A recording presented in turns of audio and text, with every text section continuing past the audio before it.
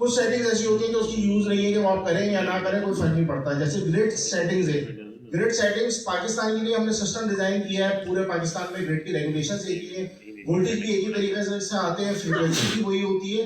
तो हम पहले ही ऑलरेडी इसको बाय डिफॉल्ट सेट कर चुके हैं पाकिस्तान के स्टैंडर्ड के हिसाब से कि इसके हाई वोल्टेज कितने होंगे, लो वोल्टेज कितने होंगे, अपर फ्रीक्वेंसी कितनी होगी, लोअर फ्रीक्वेंसी कौन सी कितनी होगी। तो हम सबसे पहले बैटरी सेटिंग को देखते हैं कि जो कि आप जब सिस्टम को लगा रहे हैं तो सिस्टम को नहीं मालूम कि आप बैटरी कौन सी कनेक्ट करेंगे, आप लिथियम बैटरी कनेक्ट करेंगे, फ्लडेड बैटरी कनेक्ट करेंगे या किसी और टाइप की बैटरी कनेक्ट करेंगे, तो ये सेटिंग्स करनी जरूरी है। फिर दूसरी सेटिंग होती है सिस्टम वर्क मोड की। सिस्टम वर्क मोड की भी सेटिंग आपको करनी जरूरी है लाजमी तौर पर। कि आप बताएंगे कि आपके सोलर से जो पावर जनरेट होगी वो ग्रिड में फीड होगी, आपके लोड के लिए इस्तेमाल होगी, या आप बैटरी चार्ज करेंगे, क्या करेंगे उस पावर से। तो हम बढ़ते हैं सबसे पहले बैटरी सेटिंग की तरफ। बैटरी सेटिंग के अंदर जो है ना, आपके पास लेफ्ट साइड के ऊपर बैटरी मोड लिखा हुआ होता है। बैटरी मोड के अंदर आपके पास लिथियम होता है, use battery, we use battery, percentage और नो बैटरी होता है। लिथियम आपके पास, जब अगर आप लिथियम बैटरी कनेक्ट कर रहे होंगे तो आप लिथियम सिलेक्ट करेंगे। अगर आप लिथियम सिलेक्ट कर रहे हैं तो इसका मतलब है कि ये सिस्टम एक्सपेक्ट आपसे करेगा कि आप इसको कम्युनिकेशन प्रोवाइड करेंगे। इन्वर्टर अगर कम्युनिकेशन उसको नहीं मिलेगी तो इन्वर्टर आउटपुट जनरेट नहीं करेगा, ना नॉर्मल कंडीशन पे जाएगा। यूज बैटरी भी आप उस सिनेरियो में लगाएंगे जब आप 12 ट्यूबलर बैटरी या ऐसी बैटरी लगा रहे हैं जिसके अंदर कम्युनिकेशन अवेलेबल नहीं है। फ्लडेड हो या आपकी 12 ट्यूबलर हो, कोई भी किसी भी टाइप की जेल बैटरी हो, तो आप उसके अंदर यूज बैटरी वी रखेंगे। इसलिए अगर आप यूज बैटरी वी रखते हैं तो इन्वर्टर आपसे एक्सपेक्ट करता है कि आप इसके फ्लोट के, एब्जॉर्प्शन के, इक्वलाइजेशन के वोल्ट सेट करेंगे। लिथियम सेट करते हैं तो इन्वर्टर बैटरी से खुद ही डायरेक्ट डाटा पुल कर लेता है कि आपके कितने फ्लोट के वोल्टेज है, एब्जॉर्प्शन कितनी है, इक्वलाइजेशन कितनी है। लिथियम के अंदर तो इक्वलाइजेशन बेसिकली होती नहीं है, तो वो एक ही वोल्टेज होती है कि वो हाई वोल्टेज कितने जाएगी, चार्ज फुल कब होगी और डिस्चार्ज कितने वोल्ट पे होगी। यूज बैटरी भी आप यूज नहीं करते, इसलिए हमारे पास पाकिस्तान में कोई ऐसी बैटरी आती नहीं है जो कम्युनिकेशन करती हो और वो प्रीसेट होकर चलती हो। नो बैटरी आप उस सिनेरियो में करते हैं कि जब आपका सिस्टम, आप चाहते हैं कि मैं सिस्टम को जो है बैटरी नहीं लगाना चाहता, और जब लाइट अवेलेबल हो जब ये सिस्टम चले, अदरवाइज सिस्टम अपनी आउटपुट निकालना बंद कर देगा। राइट साइड के ऊपर आपके पास बैटरी कैपेसिटी शो हो रही होती है।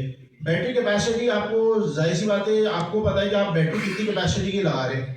लिथियम का अगर आप एक बैंक लगा रहे हैं 5 किलो वाट आवर का तो 48 वोल्ट का, तो इसका मतलब है कि 100 एम्पियर आवर की बैटरी है, तो आप 100 एम्पियर आवर सेट करेंगे। अगर आपको पता चलता है कि भाई मैं 2 बैटरीज लगा रहा हूँ तो आप 200 एम्पियर आवर सेट करेंगे।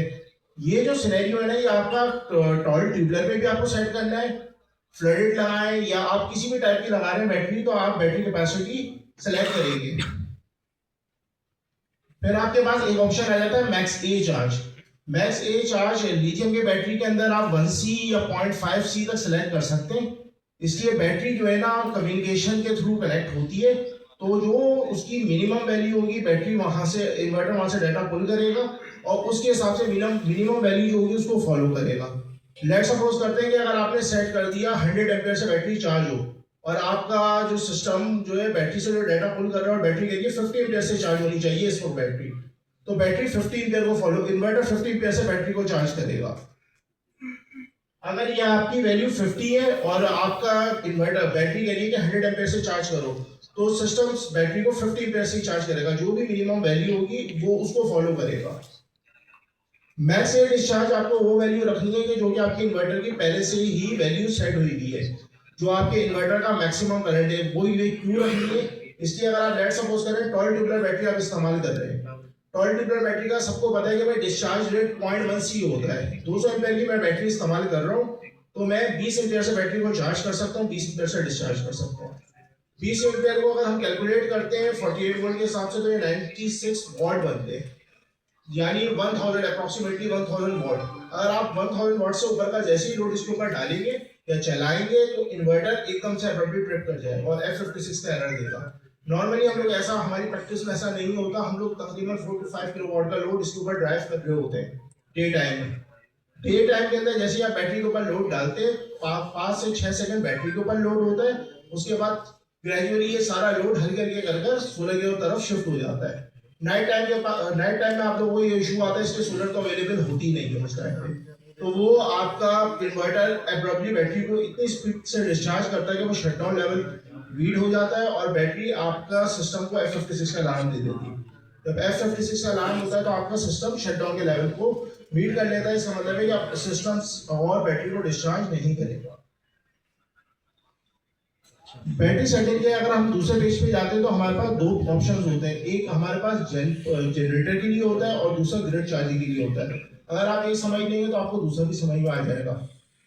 इसके अंदर स्टार्ट का ऑप्शन होता है, यानी जैसा आपको खजन ने बताया कि इसके अंदर ऑप्शन है कि अगर आप जनरेटर स्टार्ट कराना चाहते हैं इन्वर्टर के साथ लगाकर और आप बैटरी को चार्ज भी करना चाहते हैं और साथ साथ मीनवाइल आप अपने लोड को भी ड्राइव कराना चाहते हैं, तो आप जनरेटर के अंदर इस सेटिंग को इनेबल भी करते हैं और जो जेन पोर्ट यूजर उसकी सेटिंग पे जाकर भी जनरेटर इनपुट को भी आप इनेबल करेंगे।